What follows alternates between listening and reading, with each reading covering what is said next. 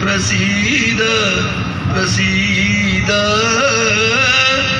प्रियं वेङ्कटेश प्रयच्छ प्रयच्छ अहं दूरतस्ते पदाम्बोजयोग्मा प्रणामेच्छया गद्य सेवां करोमि सकृत्सेवया नित्य सेवा फलं त्वं प्रयच्छ प्रयच्छ प्रभो वेङ्कटेश प्रभो वेङ्कटेश प्रभो वेङ्कटेश। माइक ठीक करो यार, क्या ठीक है। कारं कारं लौकिकाद्भुतमयं मायावशात् संहरन् हारं हारमवीन्द्रजालमिव यः कुर्वन् जगत्क्रीडति तं देवं निरवग्रहः स्फुरदभिध्यानानुभावं भवं विश्वासैकभुवं शिवं प्रतिनमन् भूवाशमन्तेष्वपि।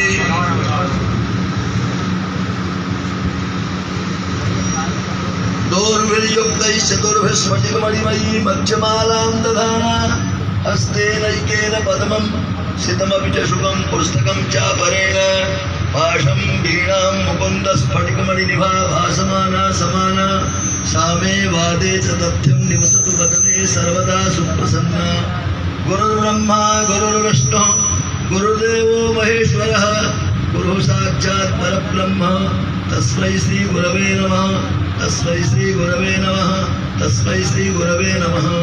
लक्ष्मीनाथ समारंभां नाथयामुनमध्यमाम् अस्मदाचार्यपर्यन्तां वन्दे गुरुपरम्परां वन्दे गुरुपरम्परां वन्दे गुरुपरम्पराम्। अत्र सभायां विराजमानाः तेषां महापुरुषाणाम् आविर्भाव महामहोत्सवे वयं तावत् संवेताः। तेषां महापुरुषाणां वाम भागे विराजमानाः हरे राम इति लिखितं विद्यते, तत्र अधोभागे विराजमानाः सबरिकराः परात्पराः परब्रह्मस्वरूपिणः श्री राधावल्लभलालजी महाराजाः।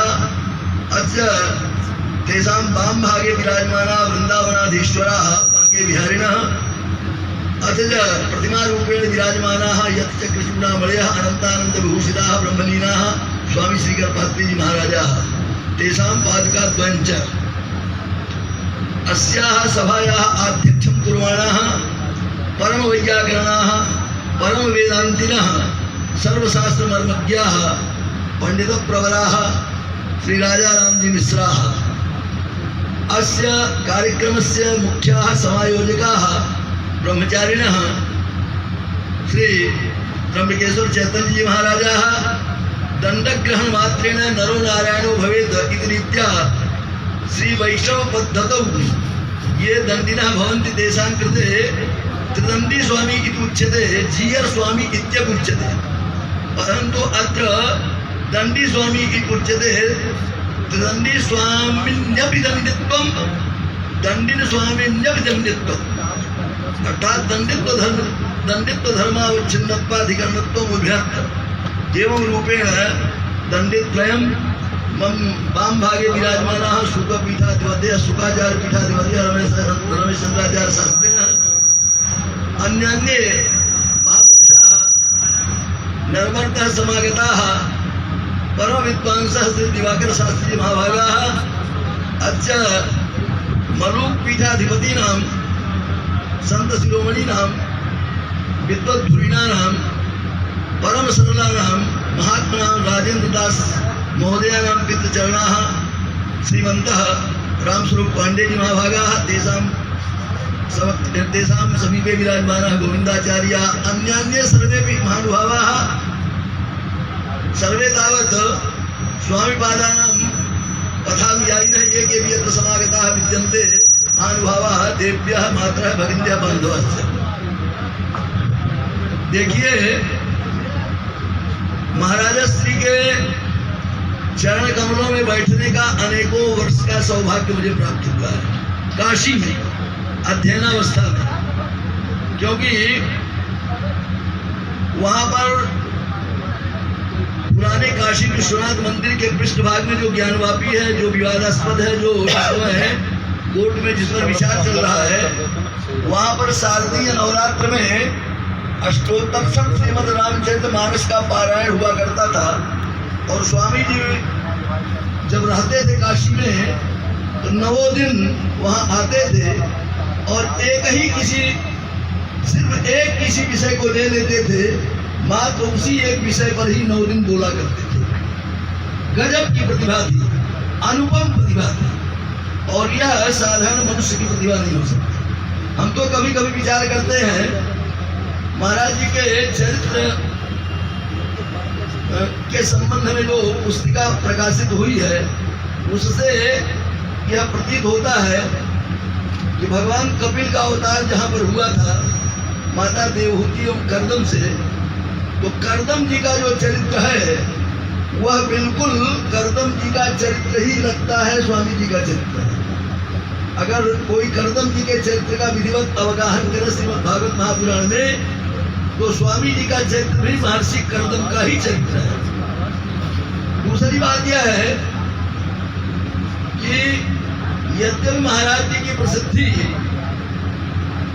जो दर्शनों में अद्वैत दर्शन है, भगवान शंकराचार्य के द्वारा जिसको आगे बढ़ाया गया है, उसमें सर्वतोभावेन अग्रगण्यों में महाराज जी की गणना होती है, लेकिन मात्र महाराज जी को अद्वैतियों के अंदर ही सीमित करके नहीं रखा जा सकता है।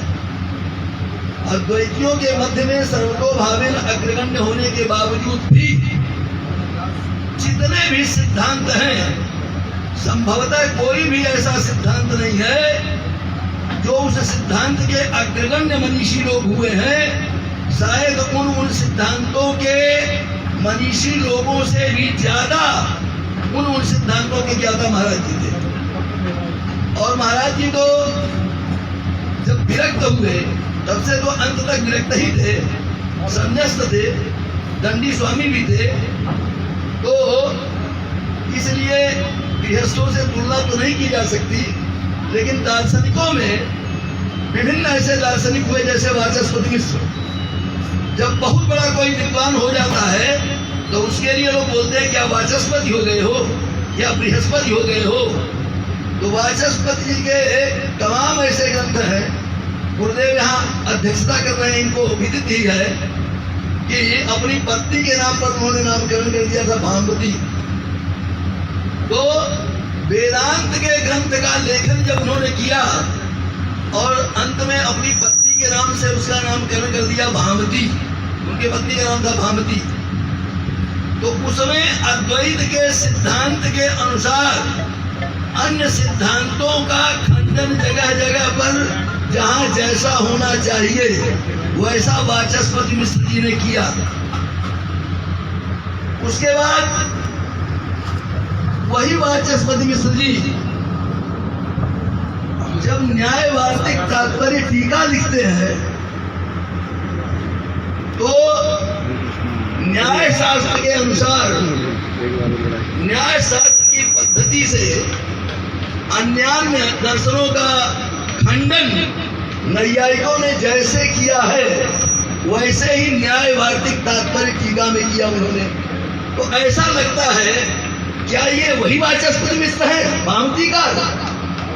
मतलब जो भामतीकार भामती में वेदांतियों का मंडन करते हुए अन्यों का खंडन कर रहे हैं, वही भामतीकार वाचस्पति मिश्र न्याय वार्तिक तात्पर्य टीका लिखते हुए वेदांतियों का खंडन कर रहे हैं नैयायिक पद्धति से।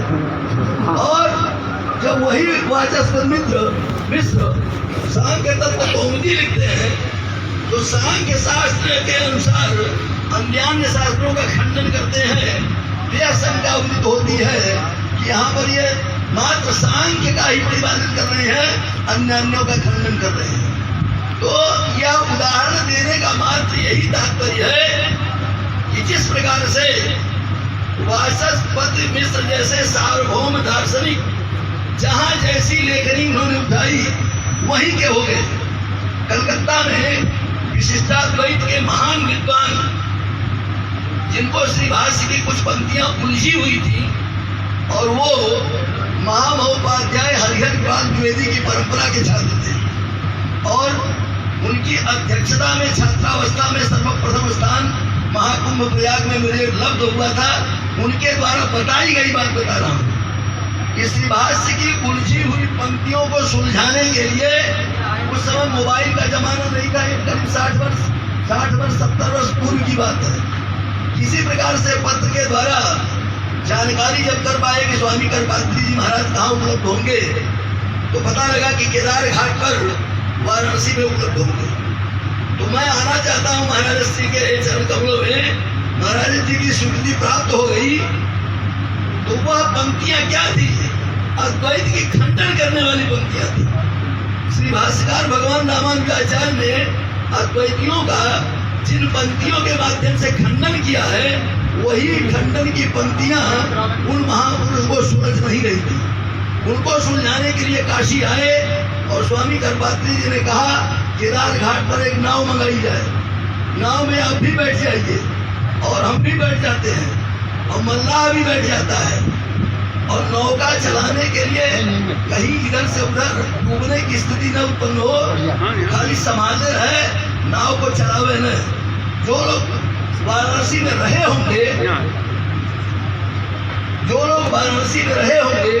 उनको यह ज्ञात है कि राजघाट पर जो पुल है उसी की तरफ 80 घाट की तरफ से धारा बहती है।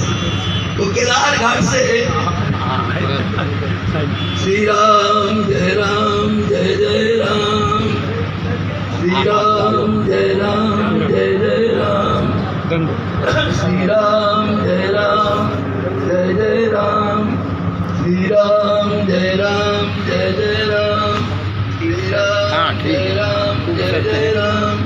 तो स्वामी जी वहाँ बैठे और वो कलकत्ता से आए हुए महापुरुष भी उसमें बैठे, मल्लाह भी बैठा और उसको चला नहीं रहा था। और उन जिज्ञासाओं को महाराज जी के चरण कमलों में उन्होंने निवेदन किया। तो महाराज जी ने कोई पक्षपात नहीं किया। अद्वैती होते हुए भी विशिष्टाद्वैतियों के द्वारा जिस तरह से अद्वैत का खंडन किया जाना चाहिए, ठाकुर जी बिल्कुल निश्चल और निष्कपट होकर के स्वामी करपात्री जी ने अद्वैतियों का जम करके खंडन किया। मैंने उस पंक्ति के साथ मतभेद नहीं किया।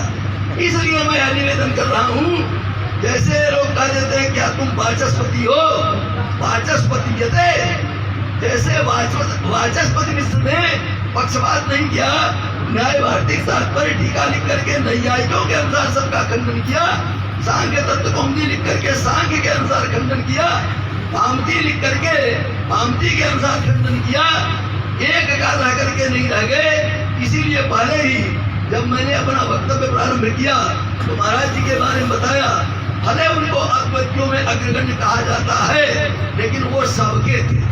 वो एक तरफ सालिग्राम की भी उपासना करते थे, दूसरी तरफ नर्मदेश्वर की भी उपासना करते थे।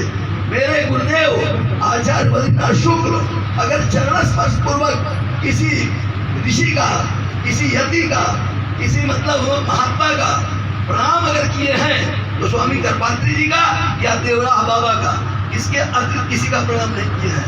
और